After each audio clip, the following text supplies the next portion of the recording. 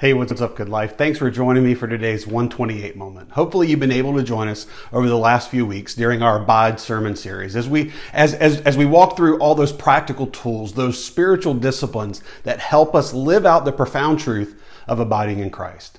But before we move on to a new topic this coming weekend, I just want to leave us with one word of warning. In all those spiritual disciplines, there is one key ingredient that we cannot forget to employ. To illustrate this key ingredient, let me tell us a story. In a 13-day span in January of 1999, 3 commercial fishing boats, the Cape Fear, the Adriatic, and the Beth D. Bob, they all disappeared beneath the surface of the ocean, right off the coast of New Jersey, and nobody knew why. Commercial fishing is a dangerous business, but the sinking of 3 ships, the loss of their 3 crewmen in such a short time is rare, especially 3 ships from the exact same dock.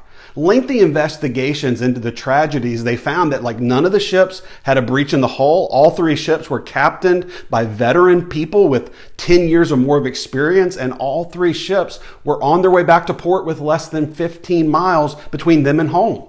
So what common feature sealed the fate of these 3 boats? Well, they were all overloaded. 2 of the 3 boats were over their load capacity, and the 3rd one was carrying their weight incorrectly. How in the world did this happen?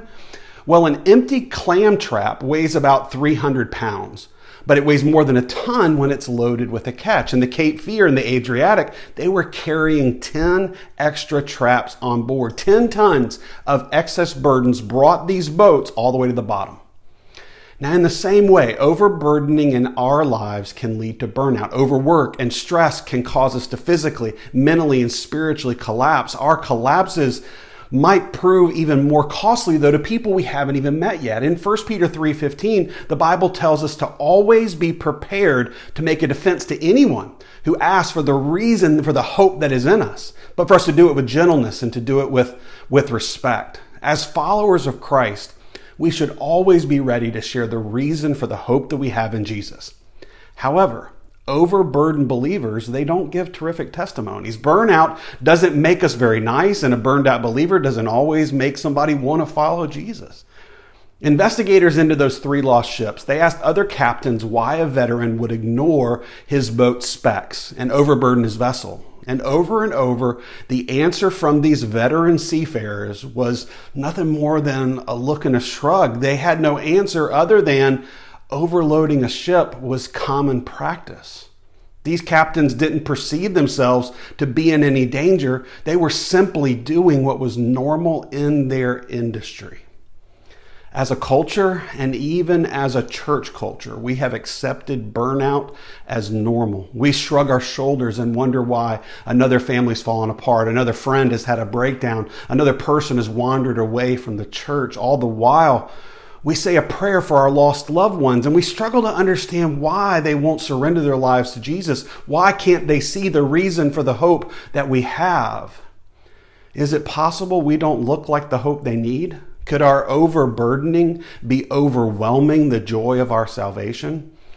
That's why in the use of all these practical tools that we've looked at over the last 5 weeks, we cannot forget one essential ingredient: rest.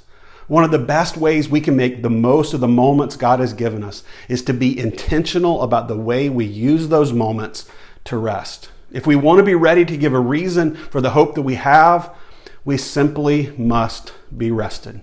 I hope this series has encouraged you, challenged you, and equipped you to make the most of what you have in Jesus, to dig down into the riches of what it means to abide in Him. This coming Sunday at 9:30 and 11 at the church, 11 o'clock online, we'll be starting a brand new series called The Gospel, looking at the last week of Jesus' life, Passion Week, looking at the fact that His suffering defines our purpose. And hopefully be able to join us as we do that. I'm excited to step into this new series to better equip us to share the good news. And until we gather on Sunday, let's go be a people who will love enough.